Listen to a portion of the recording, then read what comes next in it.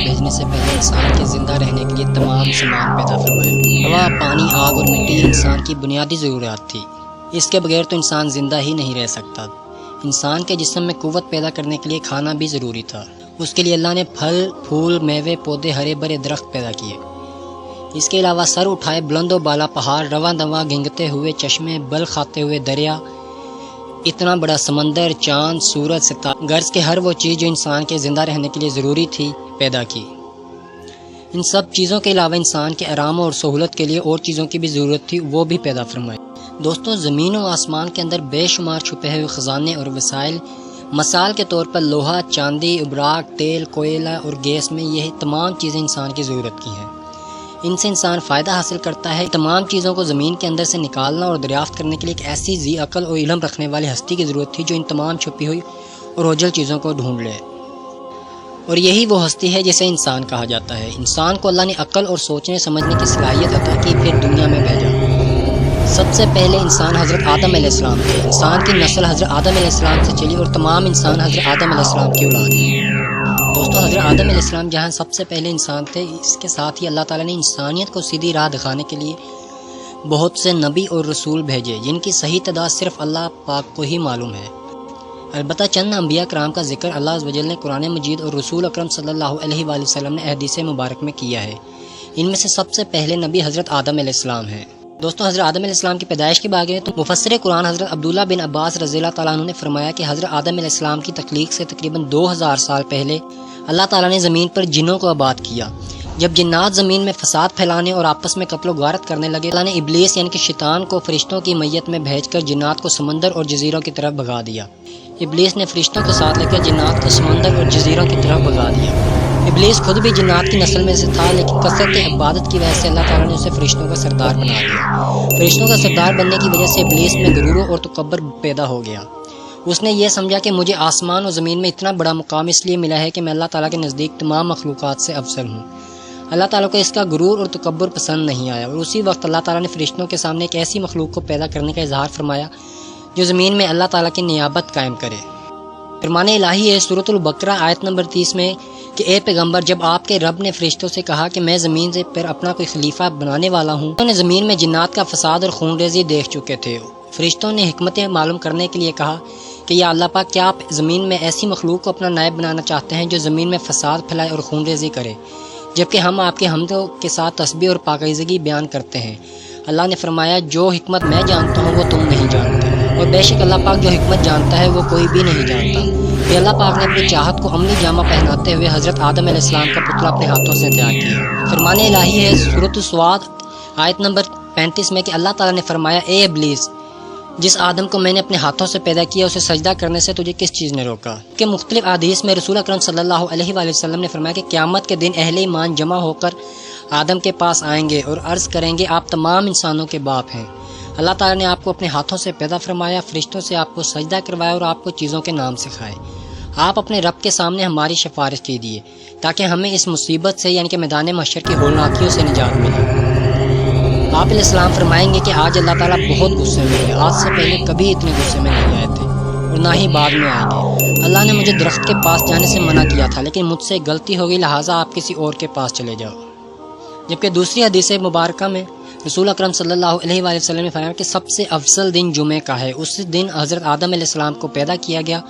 اس دن انہیں جنت میں داخل کیا گیا، اسی دن جنت سے نکالا گیا اور اسی دن قیامت قائم ہوگی۔ سبحانہ تعالیٰ نے حضرت آدم علیہ السلام کی شکل و صورت بنانے کے بعد جب تک چاہا انہیں ڈھانچے کی صورت میں پڑے رہنا دیا۔ ابلیس جو کہ شیطان حضرت آدم علیہ السلام کے پاس چکر لگاتا رہتا، جب اس نے دیکھا کہ یہ جسم اندر سے کھوکھلا ہے تو اس نے اندازہ کر لیا کہ یہ ایسی مخلوق ہے جو اپنے نفس پر قابو نہیں رکھ سکے گی۔ جبکہ اگلی حدیث مبارکہ میں اللہ سبحانہ تعالیٰ نے حضرت آدم علیہ السلام کو پوری زمین سے جمع کی گئی مٹھی بھر خاک سے پیدا فرمایا۔ اسی وجہ سے آدم کی اولاد بھی مختلف رنگوں کی یعنی کہ مٹی کے مطابق پیدا ہوتی ہے۔ ان میں سفید، سرخ، سیاہ اور درمیانی رنگوں کے بھی ہیں۔ اسی طرح نیک، بد، نرم، خواہ، سخت طبیعت اور درمیانی طبیعت والے بھی ہیں۔ اللہ پاک نے حضرت آدم علیہ السلام کو جمعے کے دن اپنے ہاتھوں سے انسانی صورت میں پیدا فرمایا تاکہ ابلیس اپنی بڑائی کا دعویٰ نہ کر سکے۔ اس کے بعد کچھ مدت تک مٹی کے بنے ہوئے ایک جسم کی صورت میں پڑے رہنے دیا۔ فرشتے اور ابلیس اسے دیکھ کر خوفزدہ ہوتے، ابلیس گزرتے ہوئے اسے ٹھوکر مارتا جس کی وجہ سے ایسی آوازیں پیدا ہوتی جس طرح مٹی کے بنے ہوئے برتن کسی چیز کے ٹکرانے کے بعد پیدا ہوتی ہے۔ اسی لیے قرآن پاک میں اللہ پاک نے فرمایا ہے سورہ رحمان آیت نمبر 14 میں کہ اللہ نے انسان کو ٹھیکری جیسے بجنے والی مٹی سے پیدا کیا ہے۔ دوستو ابلیس ایک مرتبہ موقع پا کر حضرت آدم علیہ السلام کے منہ کی طرف سے بدن میں داخل ہوا اور دوسری طرف سے نکل گیا اور فرشتوں سے کہنے لگا اس سے مت ڈرو، یہ آدم علیہ السلام اندر سے بالکل کھوکھلا ہے، اگر مجھے اس پر قابو پانے کا موقع ملا تو میں اسے ضرور گمراہ کروں گا۔ جبکہ اللہ تعالیٰ نے حضرت آدم علیہ السلام کو پیدا کیا تو ان کا قد 60 ہاتھ لمبے بنایا، پھر ان میں روح پھینکی اور فرمایا جا کر فرشتوں کو جماعت کو سلام کہیے اور ان کا جواب غور سے سنیے، وہی تمہاری اور تمہارے اولاد کے سلام اور جواب کا طریقہ ہوگا۔ آدم علیہ السلام نے فرشتوں کی ایک جماعت کے پاس جا کر کہا السلام علیکم، فرشتوں نے جواب دیا السلام علیکم ورحمۃ اللہ، یعنی ورحمۃ اللہ کا اضافہ کر دیا، جنت میں جو بھی داخل ہوگا وہ آدم علیہ السلام کی صورت کا 60 ہاتھ قد کا ہوگا۔ اس کے بعد آج تک مخلوق کے قدوں میں کمی ہوتی رہی، یہاں تک کہ موجودہ صورت بھی آ گئی، کیونکہ دوستوں فرشتے زمین پر جنات کے آپس کی لڑائی جھگڑے اور خون ریزی کو دیکھ چکے تھے۔ اس کو سامنے رکھتے ہوئے انہوں نے اولاد آدم کے بارے میں یہ بھی خدشہ ظاہر کیا کہ یہ آپس میں خون ریزی کا ارتکاب کر سکتے ہیں۔ قتادہ رحمۃ اللہ علیہ نے فرمایا فرشتے حضرت آدم علیہ السلام سے پہلے زمین پر آباد ہونے والی مخلوقات کے حالات دیکھ چکے تھے۔ اللہ تعالیٰ اصل حقیقتوں کو خوب جانتا ہے۔ خلیفہ بننے کی مصلحت یہ تھی کہ جب اللہ تعالیٰ نے فرشتوں کو ایک نئی مخلوق پیدا کرنے کی خبر دی تو اس نئی مخلوق کو پیدا کرنے کی مصلحت معلوم کی تو سبحان اللہ تعالیٰ نے فرمایا سورۃ البقرہ آیت نمبر 30 میں کہ بلا شبہ میں وہ باتیں جانتا ہوں جن کا تمہیں علم نہیں، یعنی اللہ پاک اس نئی مخلوق میں نبی، رسول، عابد، صدیق، شہید، زاہد، ولی، باعمل علماء اور صلاح پیدا کرے گا۔ رسول اکرم صلی اللہ علیہ وآلہ وسلم نے فرمایا جب فرشتے فجر کے وقت بندوں کے اعمال لے کر آسمان پر چڑھتے ہیں تو اللہ تعالیٰ جانے کے باوجود ان سے پوچھتا ہے کہ تم نے میرے بندے کو کس حال میں چھوڑا؟ فرشتے جواب دیتے ہیں کہ جب ہم گئے تھے وہ نماز عصر میں مصروف تھے اور جب واپس آئے تب بھی وہ نماز فجر میں مصروف تھے،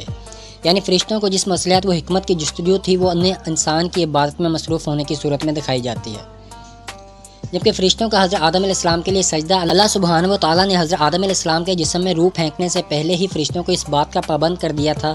سے ہی آدم علیہ السلام کی تخلیق مکمل کر کے اس میں روح ڈال دوں تو تم نے ان کے سامنے سجدہ تعظیم میں گر جانا۔ جب اللہ سبحانہ تعالیٰ نے حضرت آدم علیہ السلام کی مکمل شکل و صورت بنانے کے بعد اس میں روح ڈال دی تو فرشتے اللہ تعالیٰ کے حکم کی تعمیل کرتے ہوئے فوراً حضرت آدم علیہ السلام کے سامنے سجدے میں گر گئے۔ فرمان الہی ہے قرآن پاک میں سورۃ الحجرہ سورۃ نمبر 15 آیت نمبر 28 سے 30 تک یاد کیجئے جب آپ کے رب نے فرشتوں سے فرمایا کہ میں انسان کو کالی سڑی ہوئی کھنکتی مٹی سے پیدا کرنے والا ہوں، لہٰذا جب میں اسے پورا بنا لوں اور اس میں اپنی روح پھینک دوں تو تم سب اس کے آگے سجدہ ریز ہو جانا۔ پیشے تمام فرشتوں نے سجدہ کیا۔ رسول اکرم صلی اللہ علیہ وآلہ وسلم نے فرمایا جب حضرت آدم علیہ السلام میں روح ڈال دی گئی تو انہیں چھینک آئی، جس پر انہوں نے الحمدللہ رب العالمین، یعنی کہ تمام تعریفیں اللہ کے لیے جو تمام جہانوں کا رب ہے، کہا۔ اللہ تعالیٰ نے جواب میں یرحمک اللہ کا، یعنی کہ اللہ پاک آپ پر رحم کرے۔ حضرت آدم علیہ السلام کی عزت و تکریم اور فرشتوں پر فضیلت کی حضرت آدم علیہ السلام کی عزت و تکریم کرتے ہوئے اللہ رب العزت نے انہیں اپنے مبارک ہاتھوں سے تخلیق فرمایا، فرشتوں سے سجدہ کروا کر آپ علیہ السلام کی خوب عزت و افزائی فرمائی۔ فرمان الہی ہے سورۃ البقرہ آیت نمبر 34 جب ہم نے فرشتوں سے کہا کہ آدم کو سجدہ کرو تو ابلیس جو کہ شیطان تھا، جو کہ اس کے علاوہ سب نے فرشتوں نے سجدہ کیا، اس ابلیس نے سجدہ کرنے سے انکار کر دیا اور تکبر میں آ گیا۔ ابلیس کا حضرت آدم علیہ السلام کو سجدہ کرنے سے انکار پر جب اللہ تعالیٰ نے فرشتوں کو حکم دیا کہ حضرت آدم علیہ السلام کو سجدہ کرو تو تمام فرشتوں نے اللہ تعالیٰ کے حکم کی تعمیل میں سجدہ کیا۔ ابلیس کیونکہ کثرت عبادت کی وجہ سے فرشتوں کے ساتھ رہتا تھا، لہٰذا اس سے بھی فرشتوں کے ساتھ حضرت آدم علیہ السلام کو سجدہ کرنے کا حکم دیا گیا، مگر ابلیس حضرت آدم علیہ السلام کی عزت و فضیلت کو دیکھ کر حسد کرنے لگا اور تکبر کرتے ہوئے انہیں سجدہ کرنے سے انکار کر دیا۔ اللہ رب العزت نے اسے سجدہ نہ کرنے کی وجہ پوچھی تو اس نے جواب دیا میں آدم علیہ السلام سے بہتر ہوں۔ سورۃ العارفہ آیت نمبر 12 میں اللہ تعالیٰ نے فرمایا اے ابلیس تجھے سجدہ کرنے سے کس چیز نے روکا جبکہ میں نے تجھے حکم دیا تھا؟ اس ابلیس نے کہا میں اس آدم سے بہتر ہوں، آپ نے مجھے آگ سے پیدا کیا ہے اور اس کو مٹی سے پیدا کیا ہے۔ جبکہ سورۃ الحجرہ آیت نمبر 30 اور 33 میں بھی ہے کہ پیش تمام فرشتوں نے سجدہ کیا سوائے ابلیس کے، اس نے سجدہ کرنے والوں کو ساتھ دینے سے انصاف انکار کر دیا۔ اللہ نے پوچھا اے ابلیس تجھے کیا ہوا کہ تو سجدہ کرنے والوں میں شامل نہ ہوا؟ اس ابلیس نے کہا میں ایسے انسان کو سجدہ نہیں کر سکتا جس نے آپ نے کالی سڑی ہوئی کھنکتی مٹی سے پیدا کیا۔ رسول اکرم صلی اللہ علیہ وآلہ وسلم نے فرمایا فرشتے نور سے، جن آگ کے شعلوں سے اور آدم علیہ السلام اس چیز یعنی مٹی سے پیدا کیا گیا ہے جس کا تمہیں علم ہو چکا ہے۔ ابلیس کا تکبر اور اس کا انجام جب ابلیس نے اللہ تعالیٰ کی نافرمانی کرتے ہوئے حضرت آدم علیہ السلام کو سجدہ کرنے سے انکار کر دیا تو اللہ رب العزت نے اس کا مقام و مرتبہ چھین کر قیامت تک کے لیے اسے معلوم و مردود قرار دے کر جنت سے نکال جانے کا حکم دیا۔ یہ قرآن پاک میں سورۃ الحاجرہ آیت نمبر 34 اور 35 میں ہے کہ اللہ نے فرمایا اے ابلیس تو یہاں جنت سے نکل جا، بے شک تو مردود ہے، بلا شبہ قیامت کے دن تک تجھ پر میری لعنت برستی رہے گی۔ جبکہ سورۃ العارف آیت نمبر 13 میں اللہ تعالیٰ نے فرمایا یہاں جنت سے اتر جاؤ، اس لیے کہ تجھے کوئی حق نہیں کہ تو یہاں جنت میں رہ کر تکبر کرے، لہٰذا تو نکل جا، بے شک تو ذلیلوں میں سے ہے۔ جبکہ سورۃ العارف میں ہی آیت نمبر 18 میں بھی اللہ پاک نے فرمایا کہ یہاں سے ذلیل و خوار ہو کر نکل جا، لہٰذا ان انسانوں میں سے جو بھی تیرا کہنا مانے گا میں ضرور تم سب سے جہنم کو بھر دوں گا۔ حضرت آدم علیہ السلام کو اللہ تعالیٰ نے اپنے ہاتھوں سے تخلیق فرما کر بلند مرتبہ عطا کیا اور فرشتوں سے سجدہ کروا کر آپ کی شرف و منزلت پر مہر تصدیق لگا دی۔ پھر آپ علیہ السلام کو مختلف چیزوں کے نام سکھا کر فرشتوں پر علمی برتری ثابت کی۔ جب اللہ عز و جل نے وہی نام فرشتوں سے پوچھے تو فرشتوں نے عرض کیا ہمیں تو صرف وہی علم ہے جو آپ نے ہمیں عطا کیا ہے۔ سورۃ البقرہ آیت نمبر 31 سے 33 میں اللہ پاک نے حضرت آدم علیہ السلام کو تمام اشیاء کے نام سکھا دیے۔ سورۃ البقرہ آیت نمبر 31 سے 33 میں اللہ پاک نے فرمایا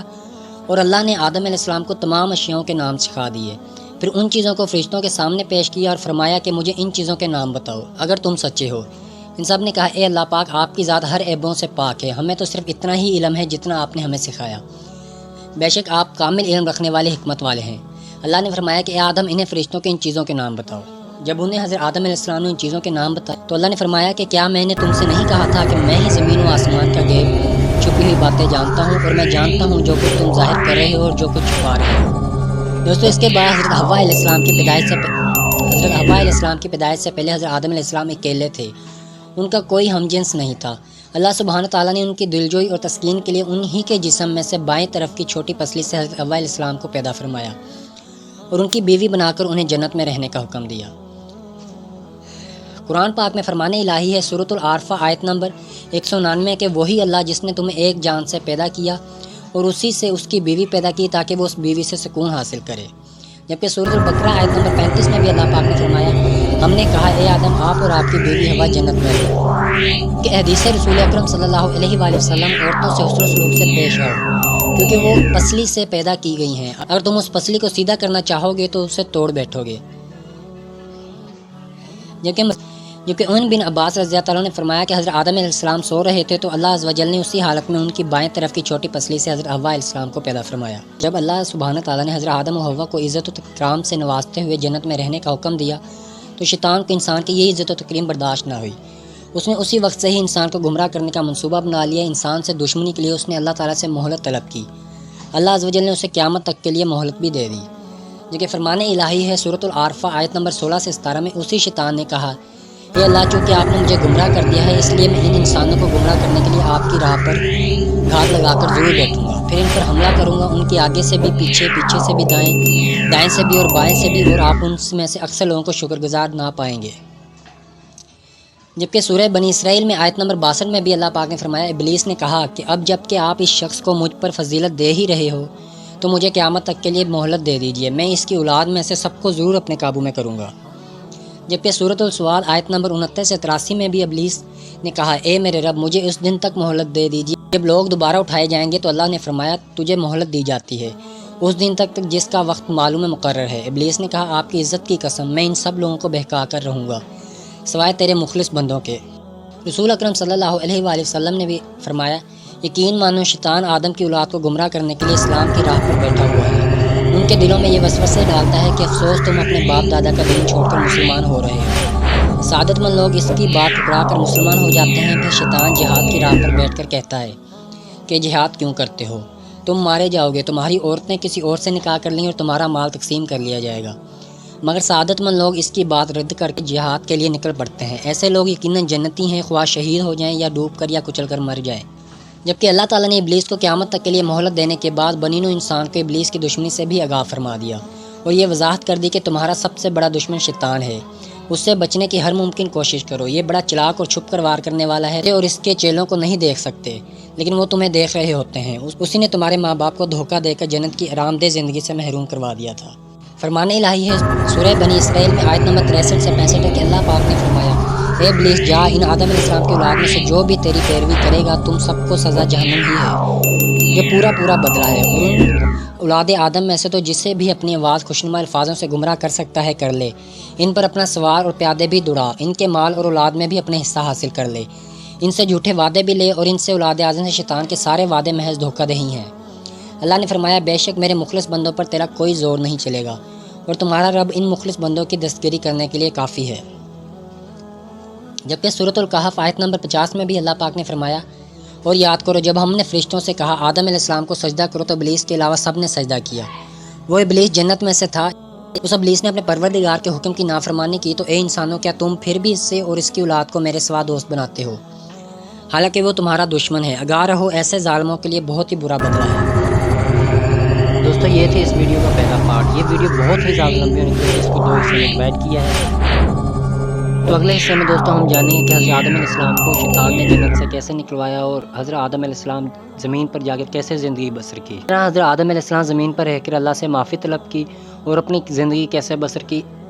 وہ جانیں گے ہم اگلی ویڈیو میں۔ اس لیے چینل کو سبسکرائب کریں اور بیل آئیکن کی گھنٹی کو لازمی پریس کریں تاکہ آنے والی نئی ویڈیوز آپ تک پہنچیں۔